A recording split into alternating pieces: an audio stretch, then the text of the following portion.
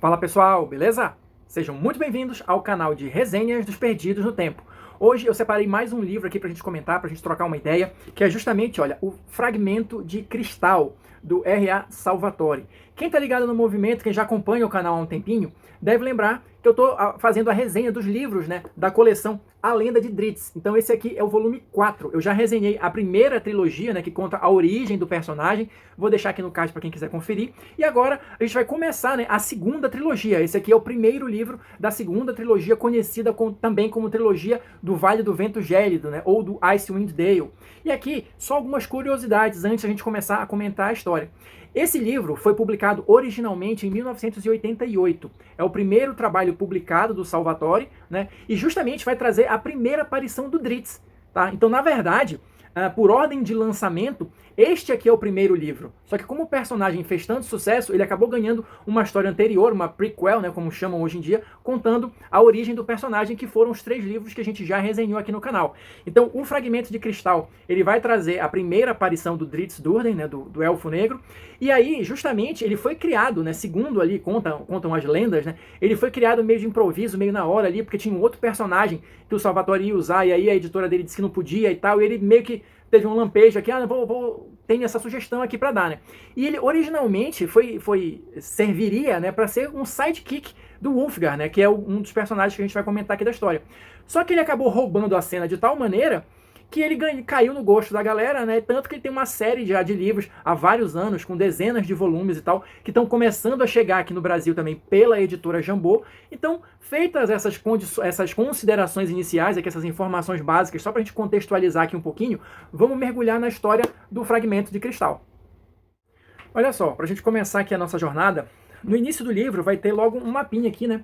Do Vale do Vento Gélido ali, com a área dos 10 burgos, né, das cidades, os lagos e tudo mais, que é um mapinha bem útil para você consultar ao longo da leitura e se localizar onde é que estão os personagens, onde é que está rolando a cena, né? Então é bem útil, bem interessante e bem simples de se localizar aqui nesse mapa. Então eu acho que dá um contexto legal assim para a história, para você auxiliar você, né, na imaginação das cenas e entender nos momentos adequados os movimentos estratégicos, as questões das batalhas e tudo mais. Enfim, o livro vai começar aqui com um prelúdio que na verdade vai contar a origem de um artefato, de um cristal chamado Crenshinibon, que foi criado por liches, né? 7 liches fizeram lá um ritual macabro, alguma coisa assim, combinaram os seus poderes e tudo mais para criar esse cristal, esse artefato. Então, justamente, a história toda vai girar em torno disso, porque assim, o processo de criação dele foi tão traumático, teve uma grande explosão, alguma coisa assim e tudo mais, e um dos demônios que estava presente durante a criação desse cristal, o demônio chamado Ertu,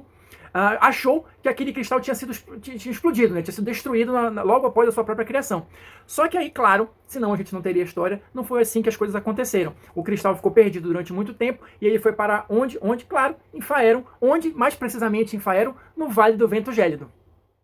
E aí, depois da gente conhecer a origem, né, do Crenshinibon, a gente vai chegar na primeira parte, né, do livro, o Medo Inspirador. Olha só, o livro vai seguir mais ou menos o mesmo visual dos outros livros da série, tá? Só que, salvo engano, os 3 primeiros livros eram divididos em 5 partes e esse aqui só em 3, tá? Mas tem aproximadamente aí 350 páginas também, que é a média que a gente viu nos outros livros. E vai seguir aquele mesmo esquema. Cada capítulo vai começar ali com umas memórias do Drizzt e tal, falando de alguma coisa, né, sobre os personagens, né, alguma lembrança dele aqui, antes da gente começar, de fato, o capítulo e adentrar na história. Essa primeira parte do livro, de uma maneira geral, o que a gente vai ter aqui? Eu vou tentar dar só a linha mestra da história, tá? Sem dar spoilers muito profundos, para não tirar a graça, a diversão de quem por acaso se interessar em ler o livro, beleza? Então, nessa primeira parte, a gente vai ter, basicamente, o ressurgimento aí do cristal, né, porque ele estava perdido, então alguém precisa encontrá-lo para que ele comece a se movimentar e exercer a sua influência, vamos colocar assim, né? Nesse ponto, eu acho que dá até para fazer uma comparação entre o cristal e Um Anel do Tolkien, porque o cristal, ele tem uma certa consciência, uma certa inteligência, e ele vai tentando ali manipular, né, quem o possui, para que ele consiga alcançar os seus próprios objetivos. Então, só para vocês terem uma ideia geral de como é que as coisas se processam, né? E no caso, quem vai ser o condutor do cristal, quem vai ser o vilão aqui da história, vai ser um mago chamado Akar Kessel, que na verdade era um mago inferior ali, que ele acaba se apossando do cristal através de uma traição e tudo mais, talvez até incentivado pelo próprio cristal, seguindo esse raciocínio que eu estou fazendo aqui de comparar o cristal com um anel, né? Então a gente vai ter esse ressurgimento do cristal ali, para ele começar a cruzada dele, né?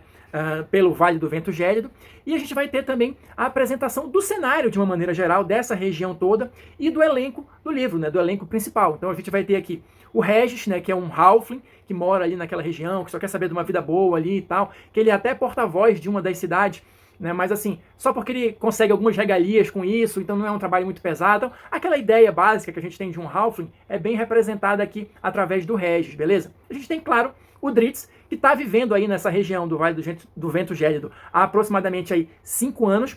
Ou seja, quem lembra, quando a gente terminou o terceiro livro, né, da trilogia de origem, foi justamente mostrando a chegada dele aí no Vale do Vento Gélido e as primeiras vivências dele aí, tentando conquistar algum nível de respeito em um local para que ele pudesse viver em paz. Então, quando a gente começa o Fragmento de Cristal, já se passaram 5 anos em relação à data do último livro, né, do livro 3, seguindo a ordem aqui da coleção da Lenda do Drizzt, beleza?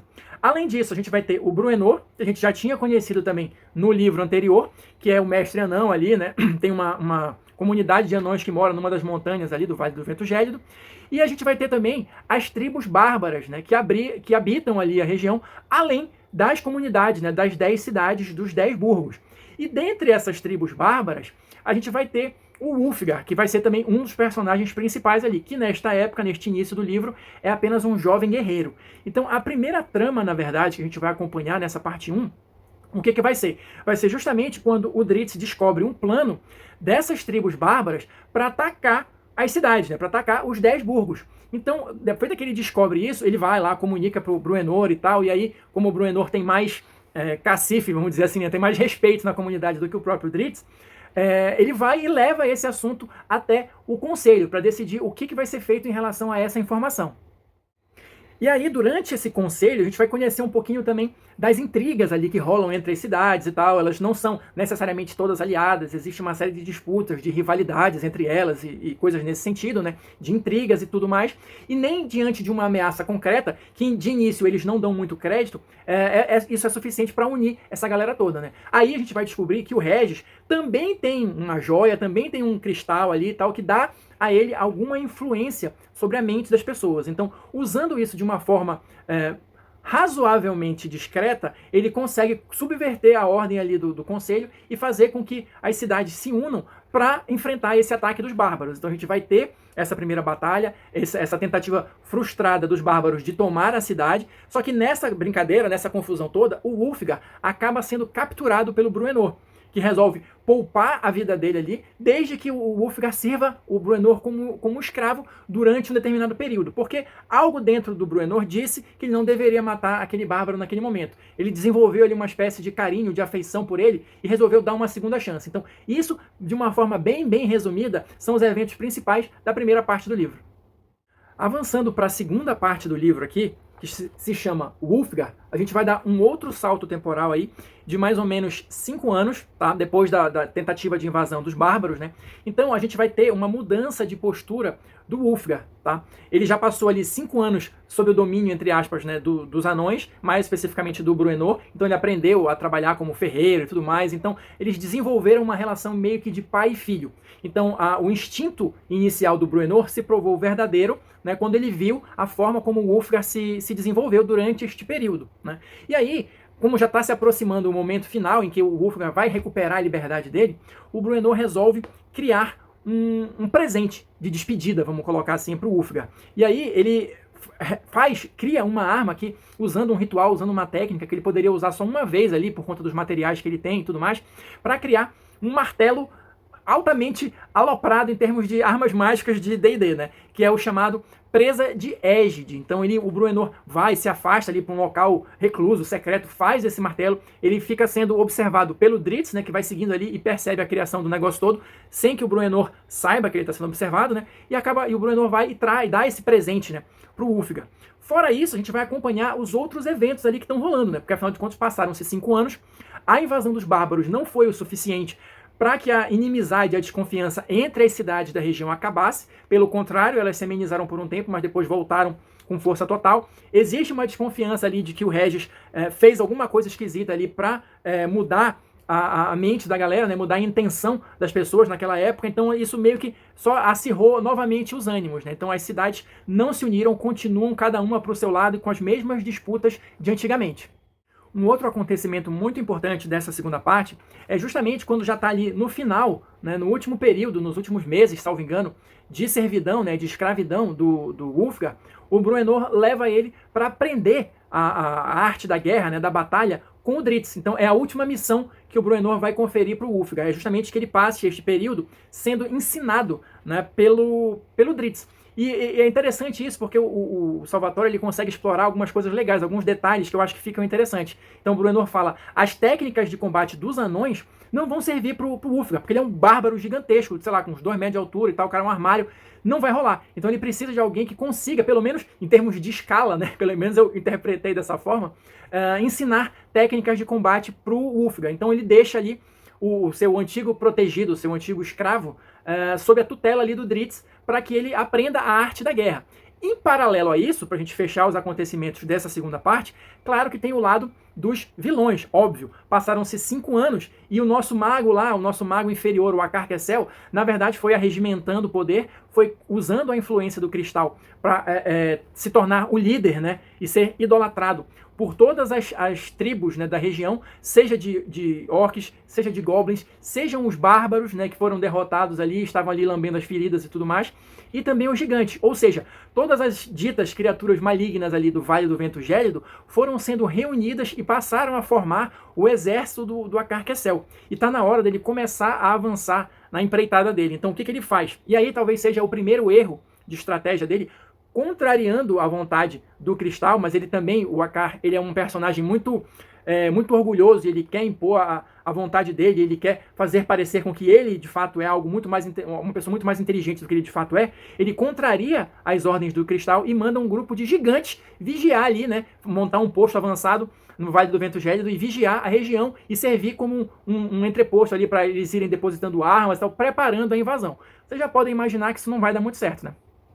Como não podia deixar de ser, os gigantes acabam atraindo a atenção e sendo descobertos, né, ali na região, ali no covil que eles tinham montado, e cabe ao Ulfgar e o Drizzt invadir esse covil, né, o que se tornou, acho que um momento épico ali da vida do Drizzt e tal, uma cena lembrada pelos fãs e tudo mais, que é justamente quando ele, o Ulfgar e a pantera do Drizzt, né, a Gwenhwyvar, invadem esse covil e detonam ali 20 gigantes, mais o líder deles, né, o gigante conhecido como Carranca. Então, quando eles descobrem essa confusão toda, essa movimentação toda, eles acabam ali limpando esse covil e aí percebem que uma nova invasão, dessa vez com uma força diferente, está se avizinhando ali dos 10 burgos. Então eles tentam novamente alertar o conselho, que mais uma vez não dá ouvidos. Dessa vez o Salamalek lá do Regis não dá certo, porque a galera tá meio que esperta já. E aí a situação vai se complicando cada vez mais, porque eles percebem ali que dessa vez a invasão é muito mais poderosa. Então o que acontece? Como o negócio ali não tá rolando, o Ulfgar, como já cumpriu ali a penitência dele, vamos chamar assim, ele decide partir, né, numa missão solitária para tentar pelo menos recuperar o auxílio das tribos bárbaras, porque ele pode, quer dizer, ele pode não, ele vai tentar se tornar o líder dos bárbaros, porque ele não tem um direito legal, né, a fazer essa reivindicação, ele não é da realeza dos bárbaros ali, ele nem sabe em que situação os bárbaros estão, mas ele precisa fazer alguma coisa para tentar impedir essa situação toda, porque durante esse período todo ele acabou desenvolvendo ali, né, uma amizade, um afeto pela galera ali dos 10 burgos, ou pelo menos pelo Bruenor e a sua comunidade de anões. E na terceira e última parte aqui do livro, a gente vai ter o Crishal Tirith, que é uma torre, né, que o Akar Kessel construiu a partir do poder do cristal, que é justamente o centro do exército dele, né? Então ele já reuniu quase todas as forças necessárias ali, inclusive os bárbaros, né, como eu falei, inclusive o tal do demônio lá do início do livro, o Ertu, que já serve, entre aspas, ele aqui há algum tempo, servindo como um general de tropas e tudo mais. Então a situação vai se cercando ali e todas as tramas vão se encaminhando para o desfecho, né, para o final grandioso aqui do livro. Então o que a gente vai ter de principal aqui? O Ulfgar segue, né, nessa missão dele de tentar se tornar o líder dos bárbaros para demovê-los de se juntarem ao exército do Akar Kessel. Só que, como eu falei, ele não é membro da realeza e ele precisa de algum grande feito que dê a ele legitimidade para desafiar o rei. Então o que ele faz?